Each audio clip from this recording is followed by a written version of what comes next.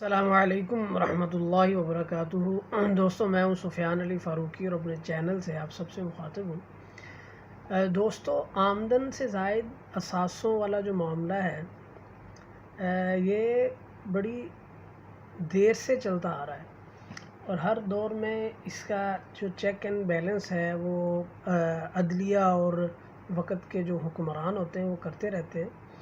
اور اس حساب سے یہ جو سرکاری اہلکار ہوتے ہیں وہ الرٹ رہتے ہیں کہ وہ کوئی دو نمبری یا کسی اور طریقے سے جو ہے وہ پھر پیسے نہیں کماتے، اگر اوپر جو سربراہ ہے عدالت کا یا جو وقت کا حکمران ہے وہ اپنی ذمہ داریوں کا مکمل احساس کرتا رہے۔ اسی طرح کا ایک واقعہ بغداد میں پیش آیا کہ بغداد میں ایک قاضی تھے، تو وہ عمومی طور پر بغداد کی گلیوں میں اور اس کے مضافات میں چکر لگایا کرتے تھے۔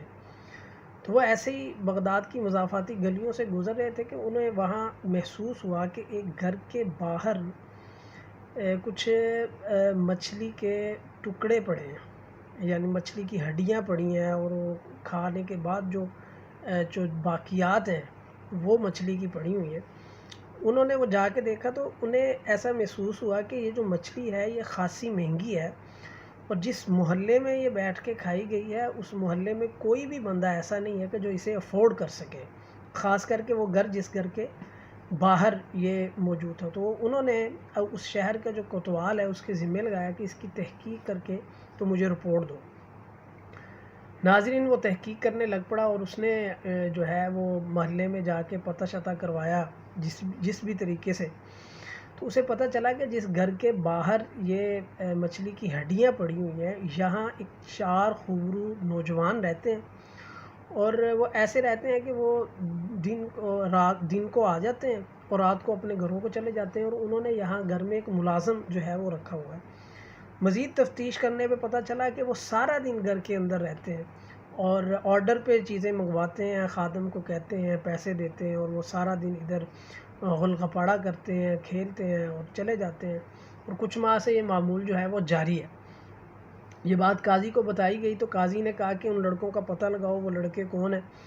اور کہاں سے آتے ہیں اور کیا کرتے ہیں، ان کے کیا جو ہے وہ باقی معمولات ہیں۔ تو جب کوتوال نے باقی تحقیق کی تو پتہ چلا کہ وہ چاروں لڑکے جو ہیں وہ کسی سرکاری 4 اہلکاروں کی اولاد ہے، یعنی کہ وہ 4 سرکاری اہلکار ہیں، یہ ان کے بیٹے ہیں، اور وہ جو سرکاری 4 اہلکار ہیں ان کی کوئی اتنی حیثیت نہیں ہے کہ ان کے جو بچے ہیں وہ اتنی عیاشی جو ہے وہ افورڈ کر سکیں، یعنی کہ اپنے دیہاتوں سے روز نکلیں اور سارا دن جو ہے وہ یہ بغداد کے مضافاتی علاقے میں گزاریں اور یہاں عیاشی کریں، اور پھر شام کو جو ہے وہ سورج ڈلنے سے پہلے اپنے گھروں کو چلے جائیں۔ تو پھر قاضی نے ان جو 4 اہلکار تھے ان کے پیچھے جو ہے وہ اپنی